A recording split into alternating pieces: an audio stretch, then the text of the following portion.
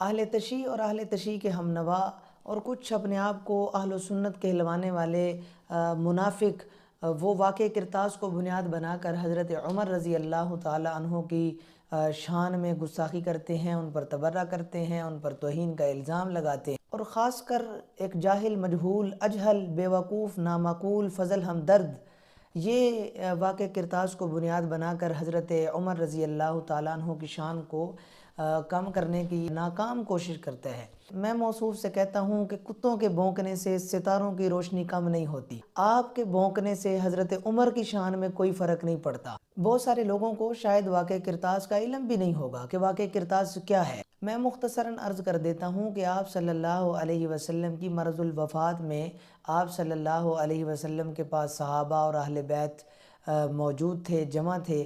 آپ صلی اللہ علیہ وسلم نے کاغذ اور قلم مانگا، حضرت عمر رضی اللہ تعالیٰ عنہ نے فرمایا کہ یا رسول اللہ ہمیں اللہ کی کتاب کافی ہے، اور آپ صلی اللہ علیہ وسلم کو کاغذ اور قلم نہیں دیا گیا۔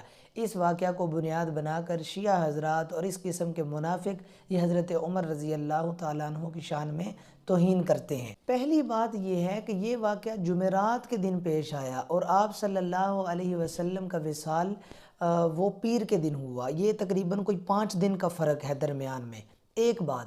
دوسری بات یہ ہے کہ یہ واقعہ آپ صلی اللہ علیہ وسلم کے گھر میں پیش آیا، اور آپ صلی اللہ علیہ وسلم کے گھر کے سب سے زیادہ قریب حضرت علی کا گھر تھا۔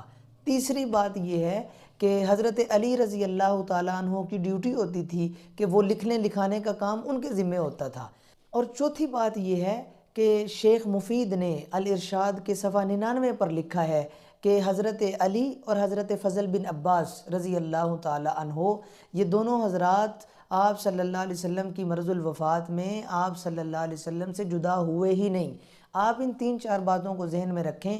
اب یہ بات سمجھیں کہ آپ صلی اللہ علیہ وسلم نے حکم فرمایا کہ بھئی کاغذ قلم لے آؤ، اور وہاں پر صحابہ جو مہمان تھے وہ بھی موجود تھے، اور اہل بیت جو میزبان تھے وہ بھی موجود تھے، اور ان میں حضرت علی جن کے ذمہ لکھنے لکھانے کا کام تھا وہ بھی موجود تھے۔ اب ان باتوں کے بعد ہر ذی شعور بندہ یہ بات آسانی سے سمجھ سکتا ہے کہ آپ صلی اللہ علیہ وسلم نے جو حکم دیا وہ حضرت عمر کو نہیں تھا بلکہ حضرت علی کو تھا، کیونکہ لکھنے لکھانے کی ذمہ داری تو حضرت علی کی تھی۔ تو یہ اعتراض حضرت عمر پر نہیں بلکہ معاذ اللہ حضرت علی پر بنتا ہے، تو یہ تو آپ کے گلے میں فٹ ہوتا ہے جناب۔ اور اگر آپ کی بات مان لی جائے کہ حضرت عمر رضی اللہ تعالیٰ عنہ نے نہیں لانے دیا اور کہا کہ ہمیں قرآن کافی ہے، اللہ کی کتاب کافی ہے، تو پھر حضرت علی رضی اللہ تعالیٰ عنہ حضرت عمر کے جانے کے بعد بھی وہاں پر موجود تھے۔ حضرت علی بعد میں لکھوا لیتے، بعد میں حضرت علی رضی اللہ تعالیٰ عنہ نے کیوں نہیں لکھوایا؟ اور اگر یہ حکم اللہ کی طرف سے تھا اور آپ صلی اللہ علیہ وسلم نے فرمایا کہ کاغذ قلم لاؤ میں تمہیں لکھ دیتا ہوں، تو حضرت عمر نے فرمایا نہیں ہمیں اللہ کی کتاب کافی ہے، تو کیا خیال ہے حضرت عمر کے منع کرنے کی وجہ سے آپ صلی اللہ علیہ وسلم نے اللہ کا حکم چھوڑ دیا؟ معاذ اللہ ظالموں، یہ اعتراض تو پھر ہمارے نبی پر بنتا ہے۔ تم سوچو تو صحیح تم کہہ کیا رہے ہو؟ اور پھر کاغذ قلم دینے سے انکار صرف حضرت عمر نے نہیں کیا بلکہ اہل بیت نے بھی انکار کیا۔ بخاری شریف 4432 نمبر حدیث موجود ہے، آپ اٹھا کے دیکھیں کہ بعض اہل بیت کا بھی اختلاف ہوا۔